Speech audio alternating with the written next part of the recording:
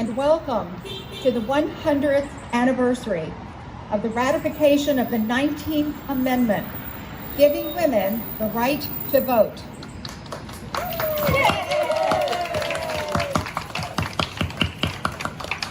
I am Bev Rawlings, and I'm president of the Women's Club of Fredericksburg. And I am joined by a group of lovely, talented, and very accomplished women. We stand today on the shoulders of hundreds of women. We know many of the names, and there's so many that are not so familiar, but we are indebted, absolutely indebted to the women who fought so long and so hard, along with Susan B. Anthony, along with Carrie Chapman Clapp, Frances Ellen Watkins Harper, Mary Church Terrell, Sojourner Truth, Ida Wells. There was so much going on during that century, the 20, 30, 40 years before 1919 and 1920. But we also know that it took a range of subsequent laws to ensure equal access for all women. As you are aware, during the 1920s, segregation was the law of the land. As an African American woman, this day has special meaning to me because I am afforded the opportunity to pay tribute to the many African American women, like activist and journalist Ida B. Wells, participated in the women's suffrage movement. As an African American activist, Wells was told not to participate, and if she did, to bring up the rear. She went to the rear, but later courageously emerged from the crowd halfway through the march and claimed her spot alongside the white participants from Chicago.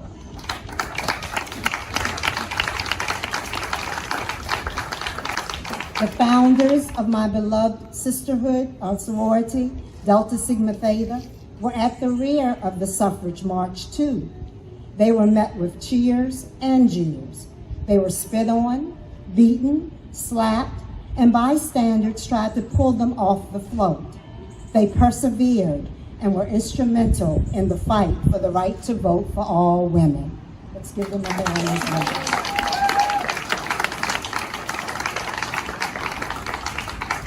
African American women across this nation and right here at home in Fredericksburg kept up the fight and protested against constant threats of intimidation, violence, literacy tests, poll taxes, Jim Crow laws, other discriminatory practices, and death. It took 5 decades, 50 years plus, from the 1920s for African American women to gain the right to vote. I am proud to stand on the shoulders of all of the courageous, daring, and brave women who forged the path for the rights of all women. Because of their efforts, it is unacceptable to not exercise the right to vote. Thank you. My mother was born in 1921. It's unbelievable for me to think she was inches away from not being franchised. My mother, who was a public school teacher forever, who never, ever missed her vote, never, ever missed it. She almost didn't have the opportunity.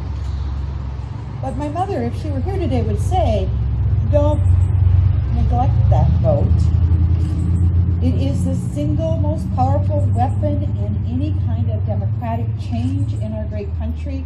If you do not vote, if you are not registered, if you have not requested your absentee ballot, if you're not talking about voting to your children, if your children don't understand how important franchisement in this presidential election is, please have that conversation with them.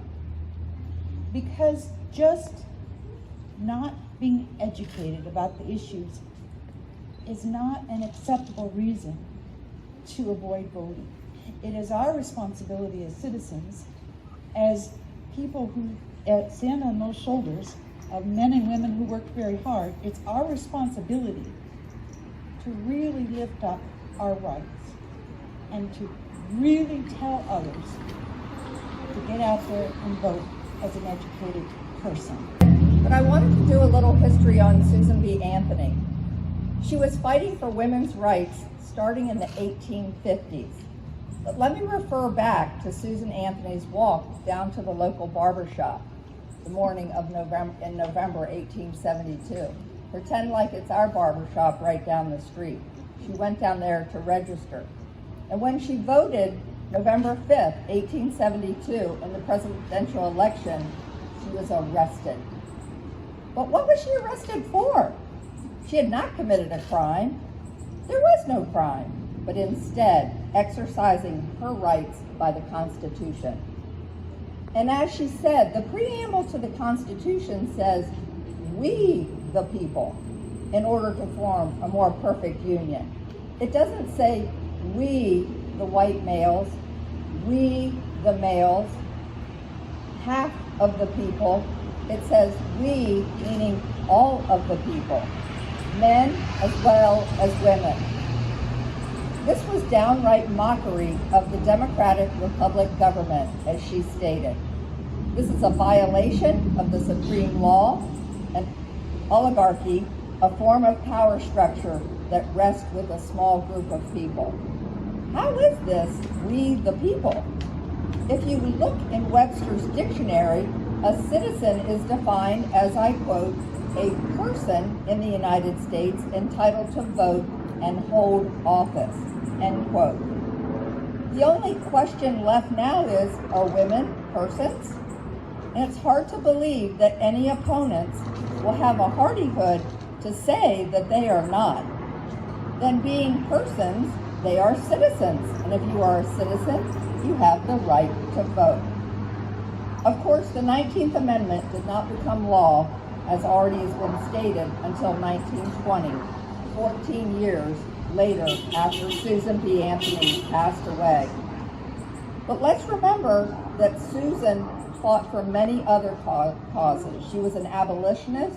She fought for women who suffered from domestic violence, something that all of us still fight for to this day.